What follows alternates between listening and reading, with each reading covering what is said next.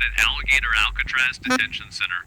This happened. This is Leah, happening thank today. you. The Migrant Detention Center deep in the Everglades is nearing full operation. It's been a busy day outside the so-called Alligator Alcatraz. Local 10's Christina Vasquez is live here. Well, choppy with what we've just learned. Christina. 30 million? Yeah, I know. New at this hour and within the hour, Florida's Attorney General taking to the platform X to say at this very remote detention and deportation facility, hundreds of undocumented individuals are expected to be checking in later tonight. Checking in. State officials say Alligator Alcatraz, a hastily assembled temporary detention facility with tents and trailers along an aging airstrip in the Everglades, is up and running. And also, at one point, leaking following Tuesday's heavy afternoon rainstorm. A spokesperson with the Florida Division of Emergency Management describing the water intrusion of some structures as minimal, telling Local 10 News vendors tightened base seams overnight to mitigate against it happening again. During much of Wednesday morning, pickup trucks That's not the migrants, right? No, I was like about water to say. tanks and fencing materials to the remote facility. It's which crazy the they built that shit in 8 the president's days. mission to detain and deport. Flights are expected to take off right from this tarmac and becoming an attraction. Figured I'd just stop by and see if I can get some pictures of this place. We do need to get all the criminals out. Critics raise. Bro. Yeah, that's right. I bet that, yep, for sure. The criminals out. Critics raised a series of concerns to include cultural and environmental. 8 million Floridians rely on the Everglades for their drinking water. Don't have answers to how they're managing things like waste and, runoff and light pollution and noise pollution. I'm concerned about the billions of dollars taxpayers have invested in Everglades restoration. We are also learning more about how much you, the taxpayer, are paying for the facility. The Department of Homeland Security tells Local 10 News it will cost Florida approximately $450 million a year. That's it? That's pretty good. Which will largely be funded by FEMA's Shelter and Services Program. That's good. DHS Perfect. also tells us that Florida is using All right. FEMA trailers that now belong to the state, So they're just taking over all the FEMA stuff and they're putting the illegal. Damn. that have been used in That's previous nothing, disasters yeah. will now house workers at the facility. Less than the Ukraine war? Yep. And back here live with this live look where I can tell you those digital signs you are seeing right now, those are new, also within about an hour. And once again, it's Florida's Attorney General who is posting on social media that it is expected that the first round of detainees will be arriving at some point later tonight. And the next thing he wrote is that for these detainees, the next stop, back to where they came from. Reporting live for you, I'm Christina Vasquez. It might not be back to where they came from, by the way now, guys. It could actually be they're getting sent literally to South Sudan and Africa. The Supreme Court is allowing Donald Trump to proceed with deporting undocumented immigrants to South Sudan. So if you look at it right here, you'll see that it's in Africa. So they get to go over there. And so, good luck. Yep, it's going to be a hard time for them to come back after that. Okay, so let's go. We got one more. So they are actually, they're sending them over, and it's happening now.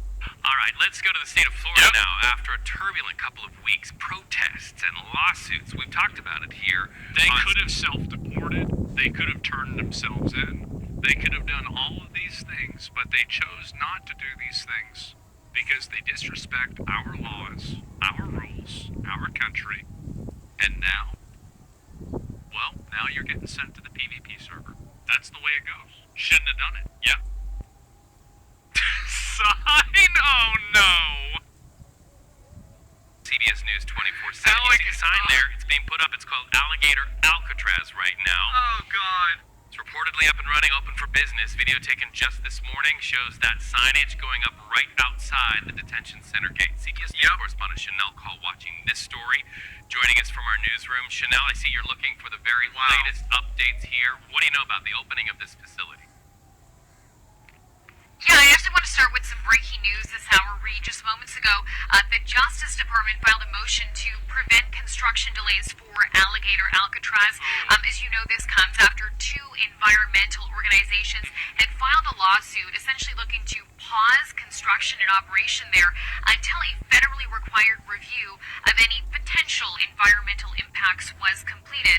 That sounds like a Karen regulation to me. Just fucking ignore that shit. I guarantee that's a 100% another Karen regulation. Get that the fuck out of here. Nobody Just needs looking at that. the filing that was submitted today, the Justice Department saying in part, delaying the construction of Florida's temporary detention center as plaintiffs requested would imperil critical immigration enforcement efforts and endanger detainees in overcrowded detention facilities. It goes on to say, Reed, we are proud to defend against these unfounded claims and to help the administration fulfill its fundamental obligation to prioritize the safety and security of Americans. That's right. So again here, the agency essentially vigorously opposing that temporary injunction that those How the groups... fuck did this agreement come into play? We'll see. So we've got our bully over there, Joseph Kony. And, he's got his army. And they're running a little bit low. And so they're looking to get a re-up. And so Kony 2012 is actually being Kony 2025. And so we're gonna be sending him some extra troops. We gotta get the reinforcements in there. had requested. As for what's happening on the ground there, you mentioned that signage going up today. I mean, it looks, Reed, like the government is going full steam ahead with this. The Florida Division of Emergency Management tweeted out a photo that I'm hoping we can show you and our viewers.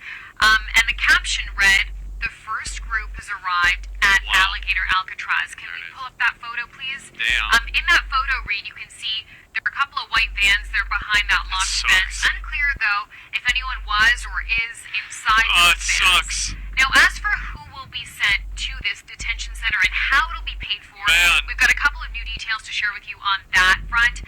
In a sworn court declaration this morning, a top ICE official said the state of Florida will ultimately decide who is detained there, and that immigrants who are detained will be held by Florida state officials, not ICE. And this is a really important distinction here. It's because the federal government has now given Florida state and local troopers power to act as ICE. Yeah, Trump deputized them. Agents. The system right now is, as you know, overcrowded, so the idea here is to offer some relief to that agency. Reed, back to you. All right, Chanel Call, thank you so much for following that story. We appreciate it. Should send all the corrupt American politicians there? I think that, if it was up to me, the way that I would handle it is, I would handle it differently. For all of the biggest problem people, what I would primarily do is I would find ways to make content out of them. Like, you could even have no guards for Alligator Alcatraz, but you need to get more alligators. And so, what they could... Gatorade? All right, now this is what we have been told, the results of immigration, and now the government is fighting back. So this is a place where they're going to, ICE is going to detain people and they're going to place them in Alcatraz, So if you look at the area, according to this video, looking at the borders, there's the Alligator side. If you look at the sector, there is no way you can escape. There is no way you can run once you're inside the detention center. And if you look at the place the way it is, it's big, it's huge, and the security is very tight. Once you're inside there, chances of you escaping is through the normal process where they make sure your papers are correct and you're released. But once you're in there and your documents are not correct, if they find out you are illegal in America, then definitely you're going to be deported back to your original country. So the place there, it was done immediately. I think it took I don't think it took more than 1 month to set it up. And so far, you're being told a huge number of people have already been sent inside the detention center, and there's a lot of hula balloon noise from the politics sector. There are those who support it and there are those who are against it, and of course there are the Latino community, the Cuban Americans who are also complaining. They are making noise. They say, oh, it's not good, it's against the law, that kind of thing. But at the end of the day, let's ask ourselves this question: this huge number of people who are literally being sent in detention center, where are they going to place them? because the numbers are growing every single day. Every single day, the numbers are growing. They needed to be placed somewhere else, somewhere. And yes, sometimes you can say it's painful. Yes, it is painful. But at the end of the day, if you look at this administration, they did say that they're going to do mass deportation of undocumented people in America. They said that during the campaign time. They mentioned that. And that's what they ran with during the campaign. And the reason why they were voted is because of that promise that they're going to deal with the issue of immigrants who are in America illegally. They said that. And now the karma is a bitch.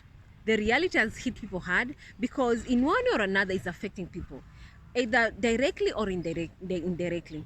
People are losing jobs. People are losing their family members. People are torn apart from their families, of course, the neighborhood and all this stuff. And it's affecting people in one way or another. And that's the reason why people are complaining right now, especially the Mexican, especially the Cubans who voted for the current administration, the Latinos who voted for the current administration. Those are people who are being affected mostly because somehow along the line, those who voted, they forgot the fact that, you know what, there are people, or should I say one or another, maybe a family member or 2 family members or 10 family members, or their community, there are people who literally don't have those people. They forgot that aspect.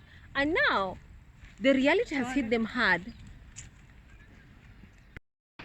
The reality has hit them hard and they've realized, oh my God, what have we done? They, in their head, they thought that, you know, if they're going to do this immigration thing, if they're going to detain people, it's going to affect the blacks.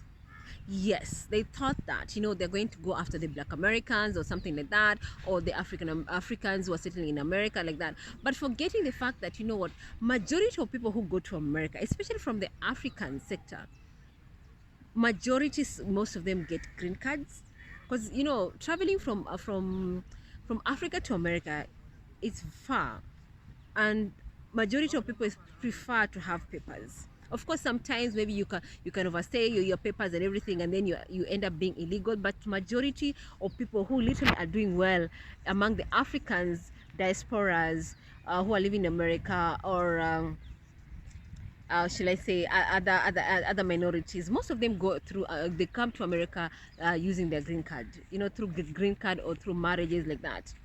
And now, so the Latino community, they thought, you know, it's not going to affect other people but not us, because, you know, we look like white people, you know, we have the skin color, we have the same hair, so of course they're not going to do that to us, forgetting that the majority of them came through the border. You know, they're walking in through the border, the Mexican American border. They just walk in, and then from there they were taken in, and of course they were documented, because during the Biden administration they used to welcome them.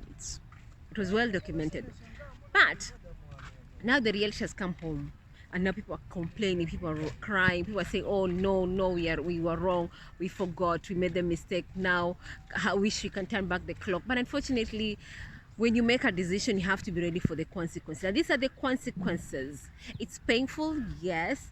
Were they told so by the Americans, Black Americans? Yes. But did they listen? No. They buried their head in the sand. And now this is what they call FAFO season. FAFO season continue. So we need to be very careful how we vote, what we do with our vote. We need to be very careful, because the repercussions are here every single day. And what is happening in America, it's painful, especially when you see at the Latino community where they're complaining, they're crying, because at the end of the day, you're being told the huge number of them voted for the Republicans, because they always want to be associated with the white people. They always want to be associated with whiteness, because for a longest time they've been you know, they've internalized themselves, you know what, we are white, we look white, and anything to do with black, it's bad, so we don't want to be associated with black.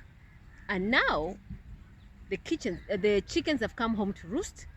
Karma is a bitch, and they're paying the price for the mistakes they did during the voting time.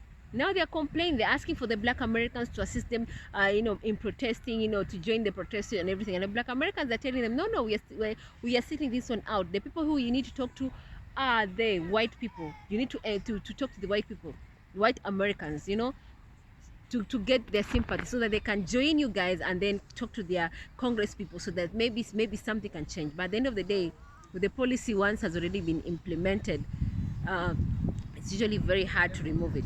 Anyway, let me know what you think about this video. Drop your comments and then subscribe to my channel.